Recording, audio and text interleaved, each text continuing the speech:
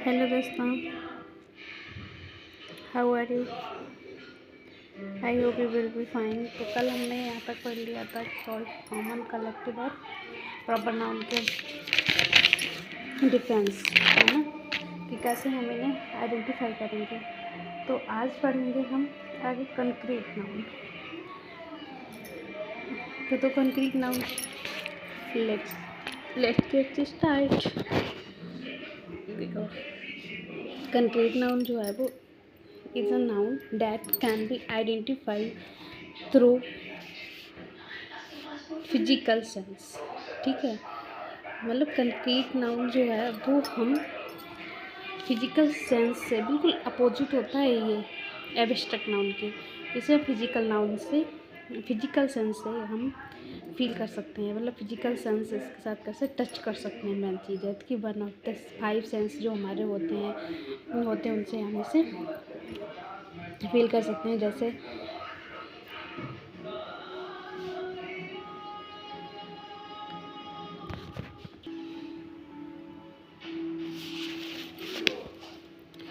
Test हो गया, touch हो गया। टेस्ट करके हम पता लगा सकते हैं, उसे टच करके पता लगा सकते हैं, साइड देख करके पता लगा सकते हैं, रीडिंग सुन करके, स्माइल से, सुनने से, स्माइल करने से हम पता लगा सकते हैं कि ये हमारा कंक्रीट नाउन है। फॉर एग्जांपल देखते हैं कि बुक को क्या करते हैं, हम छू के देख सकते हैं, है ना, कि हाँ ये बुक है, टेबल है, फ्लावर है, म्यूजिक है। म्यूजिक को क्या है, सुन करके पता लगा सकते हैं। म्यूजिक सीडी जो है उसे टच भी कर सकते हैं, नहीं कर सकते हैं। पेंसिल हो गया, वाटर हो गया, इन सबको क्या, ये देखो आपस में है कंक्रीट नाउन, मिलजुल रहे हैं ना, मटेरियल नाउन से ये मिल रहे हैं। प्रॉपर नाउन बुक है, तो मतलब प्रॉपर नाउन में नहीं आ रही बुक का कोई नाम होगा तो प्रॉपर नाउन में आएगी। नहीं, बुक भी प्रॉपर नाउन में ही है। तो आगे देखो, तो इसमें ज़्यादा कुछ नहीं था कि जिन्हें हम 5 सेंस से टच नहीं कर सकते, नहीं छू सकते हैं, वो क्या होगा हमारा एब्स्ट्रैक्ट नाउन। और जिन्हें हम 5 सेंस से फील कर सकते हैं वो हमारा कंक्रीट नाउन। तो अब आगे आ गया है हमारा मटेरियल नाउन। तो जितने भी रॉ मटेरियल होता है ना, जैसे कोई दूसरी चीज़ बनाई जाए, ठीक है, तो वो हमारे किस में आएगी, मटेरियल नाउन में। जैसे वाटर हो गया, वाटर से कोई भी चीज़ बना लो, ठीक है। शुगर हो गया, वुड हो गया, आयरन हो गया, तो ये हमारी क्या है, मटेरियल नाउन। सिंपल सा है, इसमें कोई ज़्यादा वो करना नहीं है। अच्छा, अब पिछले हमने कहा था कि डिफरेंस देखा था कलेक्टिव नाउन का, कि कलेक्टिव नाउन, प्रॉपर नाउन और कॉमन नाउन को हम आइडेंटिफाई कैसे करेंगे, इनमें डिफरेंस कैसे देखेंगे। अब हम इसकी चलो देख के ले रहे हैं डेफिनेशन, कि कोई ग्रुप हुआ, बताया था नाम ने, ठीक है। ग्रुप का नेम वो किस में आएगा, कलेक्टिव नाउन में। वो तो पता ही है आपको, क्योंकि एग्जांपल हम पहले ही दे चुके हैं। जैसे फॉर एग्जांपल हो गया कि our team is enjoying the unbroken winning streak. हमारी टीम ने मतलब बिना जीतने वाली जो थी वो उसका एंजॉय कर रहे हैं, जो जीत चुकी है। और their pack of hints out card तो पैक किसमें क्या है, कलेक्टिव नाउन है। पैक मतलब भाई ये पैक क्या है, इससे पूरी उसका एक गैदरिंग का नाम है कि पैक ऑफ हिंस आउटसाइड। अच्छा, आउटसाइड है, मुझे लगा कि आउट कार्ड है। वही है कि मेरा थोड़ा सा कैमरा ख़राब है। आगे देखो, ठीक है, तो ये आगे देखो, watch out for the swarm of बीस। ये जो उसकी पूरा गुच्छा होता है ना 20 मधुमक्खियों का, उसे बोलते हैं स्वार्म।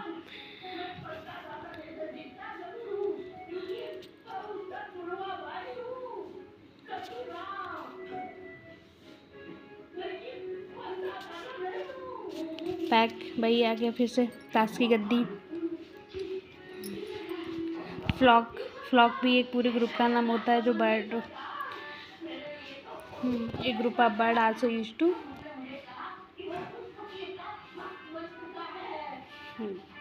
जिसके small and who food animal जो एज स्लीप और गॉड्स। स्वार्म एक ग्रुप ऑफ इंसेक्ट, स्वार्म क्या है? एक ग्रुप ऑफ इंसेक्ट मतलब जो कीड़े मकोड़े होते हैं उनका पूरे ग्रुप को बोलते हैं, ठीक है। सोल ये भी एक उसे बोलते हैं ग्रुप ऑफ फिश, ठीक है। तो भाई एक ग्रुप कोई भी ग्रुप हो वेरी जनरल टर्म की use to describe people place things and animals, मतलब किसी को भी, लेकिन अगर कोई ग्रुप में है उस पूरे ग्रुप को हम क्या बोलेंगे? Collective noun. क्राउड, कल बताया था ना कि अगर आप कहीं बाहर खड़े हो विदाउट यूनिफॉर्म में तो आप क्या बन जाओगे? एक क्राउड, ठीक है। तो आप कलेक्टिव नाउन में आ जाओगे। और वही यूनिफॉर्म के साथ आप क्लास में रिस्पेक्टिव तरीके से बैठे हो तो क्या बनोगे? किस में जाओगे? कॉमन नाउन में, ठीक है। Usually use to describe a group of people, ठीक है। तो ये हो गया हमारा गैंग, गैंग भी आ गया हमारा कलेक्टिव नाउन में। मॉब, देखो क्राउड और मॉब में पता क्या फ़र्क होता है? क्राउड भी भीड़ होती है और मॉब भी भीड़ होता है। मॉब का अर्थ होता है कि एकदम अग्रेसिव पीपल, अग्रेसिव पीपल को बोलते हैं हम क्राउड, मतलब जो मारते धारने वाले लोग होते हैं उन्हें बोलते हैं, उस भीड़ को बोलते हैं मॉब। लेकिन जो साधारण भीड़ खड़ी होती है उसे वो क्राउड बोलते हैं, ठीक है। स्टाफ हो गया, ये बहुत सारे हमने लिखे हैं। स्टाफ हो गया, क्रू हो गया, usually use to denote group of workers, aircraft and ship person, मतलब जो जहाज़ में जो लोग काम करते हैं ना उसे बोलते हैं हम क्रू, ठीक है। कोयर, ये सिंगर को बोलते हैं, सिंगर के ग्रुप को बोलते हैं कोयर। ऑर्केस्ट्रा, ये एक ऑर्गेनाइज्ड का पूरा ग्रुप होता है उसे बोलते हैं ऑर्केस्ट्रा। अच्छा, ये पैनल हो गया, बोर्ड हो गया, सीरीज हो गई, ठीक है। ये हमारे सारे काउंटेबल नहीं कलेक्टिव नाउन में आएंगे, ठीक है। अब आगे, अब देखो तो पांचों हमने पढ़ ली, proper noun, common noun, collective noun, abstract noun और कंक्रीट नाउन, ठीक है। पांचों हो गए। अब आगे देखो, अब आते हैं काउंटेबल नाउन और अनकाउंटेबल नाउन पे। तो देखो काउंटेबल नाउन क्या है? ऑब्वियसली कि जिन्हें हम गिन सकते हैं वो क्या होंगे? हमारे काउंटेबल नाउन होंगे, और जिन्हें नहीं गिन सकते हैं उन्हें वो कौन सी कैटेगरी में आएंगे? अनकाउंटेबल नाउन में आएंगे। तो काउंटेबल नाउन वही है कि दैट कैन बी काउंटेड, जिसे गिना जा सकता है। और इनमें हम यूज क्या करते हैं? कौन सा शब्द? मैनी, फ्यू, कि बहुत से हैं, कुछ हैं, ठीक है। मैनी बहुत से हैं, फ्यू कुछ के लिए। अनकाउंटेबल में दैट कांट बी काउंटेड, जो गिना नहीं जा सकता है उसे अनकाउंटेबल कहते हैं। इसमें इसे यूज करते हैं मच और लिटिल से। मच बहुत ज़्यादा है, लिटिल बहुत कम है। अब बताइए क्या है? सबसे पहले आता है हमारा मैन कन्फ्यूजन हेयर पे, कि भाई हेयर, हम हेयर्स क्यों नहीं लिखते? कहीं कहीं पे हमने हेयर्स भी लिखा देखा है, ठीक है। तो ये क्या वो होता है, इनमें क्या डिफरेंस होता है? क्यों हेयर्स लिखा होता है? क्यों हमें हेयर भी पढ़ाया जाता है कि आई हैव हेयर, ठीक है, मेरे बाल हैं। She have hair, she have long hair, वो उसके लंबे बाल हैं, क्यों वहाँ पे हेयर होता है? तो इसका देखो मेन कारण क्या होता है? ये अनकाउंटेबल होता है, क्योंकि ये बहुत सारे बाल होते हैं जिन्हें हम गिन नहीं सकते हैं। अगर हम गिनेंगे तो बालों की स्ट्रेंथ गिनेंगे, बाल नहीं गिन पाएंगे, ठीक है।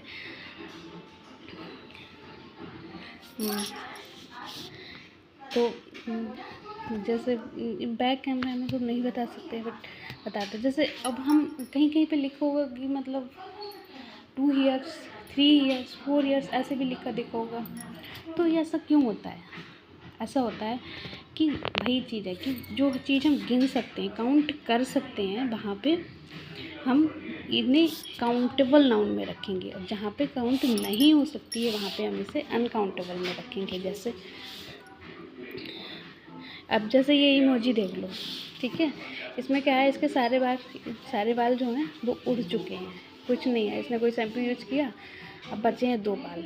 2 बाल को सब गिन सकते हैं ना, इट कैन बी काउंटेबल, तो इसे हम काउंटेबल में रख लेंगे, ठीक है।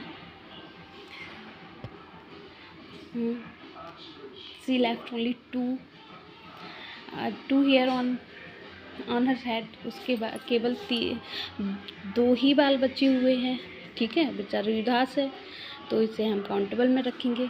अच्छा, इसके सिर में इसने कोई शैम्पू यूज किया, इसके सिर में बहुत से बाल आ गए, इसे हम कौन सी कैटेगरी में रखेंगे, इसे हम रखेंगे अनकाउंटेबल कैटेगरी में, क्योंकि ये काउंटेबल नहीं है, ठीक है। She has 2 strands of hair on his head, ठीक है, लेकिन यहाँ पे भी क्या है, 2 strands ऑफ हेयर, ठीक है, 2 बाल हैं उसके ऑन हिज हेड, हेयर्स नहीं आएगा, ठीक है।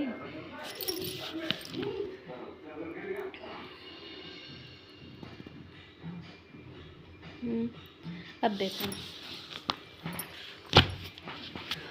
ये बड़ा कन्फ्यूजन होता है एक स्टार के बारे में, कि मतलब स्टार, लोग कहते हैं ना कि स्टार जो है वो अनकाउंटेबल है, ठीक है, अनकाउंटेबल है, लेकिन स्टार्स फिर क्यों लिखा होता है कि आई हैव गॉट 5 स्टार्स, आज मैंने अच्छा काम किया तो मुझे 5 स्टार मिले हैं, तो क्या क्यों लिखा होता है ऐसे, क्योंकि क्या पता है, मतलब हैं ज़्यादा तारे, लेकिन हम इसलिए नहीं गिन पा रहे हैं, ऐसा नहीं है कि अनकाउंटेबल हैं, ऐसे तो दुनिया की सारी चीज़ें जो हैं वो अनकाउंटेबल में ही आ जाएंगी, क्योंकि हमें ये नहीं पता है कि इस दुनिया में कितनी पेंसिल हैं, पेंसिल भी अनकाउंटेबल हो जाएगी, है ना, तो ऐसे हमें नहीं पता है, तो इसलिए स्टार जो है वो हमारा काउंटेबल में हमेशा आता है, अनकाउंटेबल में नहीं।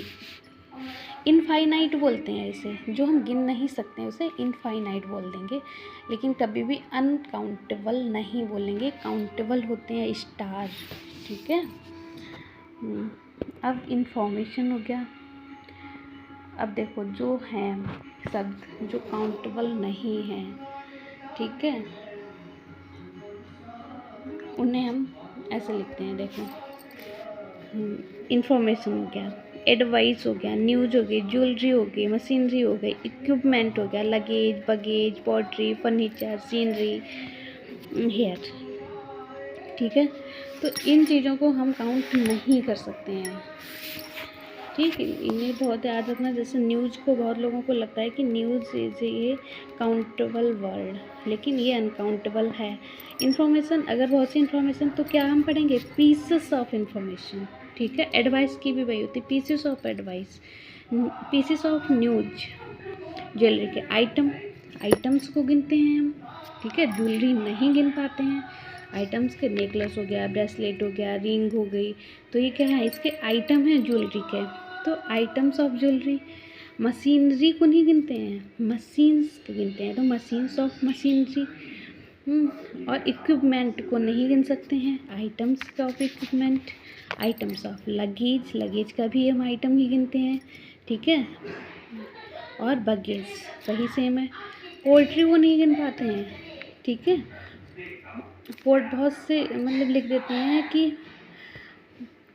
I have read many poetry, से बिल्कुल रॉन्ग होता है, एब्सोल्युटली रॉन्ग, तो कभी भी नहीं, हम क्या, I have read many poems, ठीक है, पोइम्स हो जाएंगी, पोइम्स ऑफ पोएट्री, मतलब एक पोएट्री पूरा जो संग्रह होता है, पूरा कलेक्शन पोएट्री को बोलते हैं, ठीक है, तो पोएट्री तो पूरा ही कलेक्शन है, उससे में ऐसे कहाँ लगाएंगे, कहाँ से प्लूरल बनाएंगे, ये होता है, तो पोएम्स ऑफ पोएट्री हो जाएगा।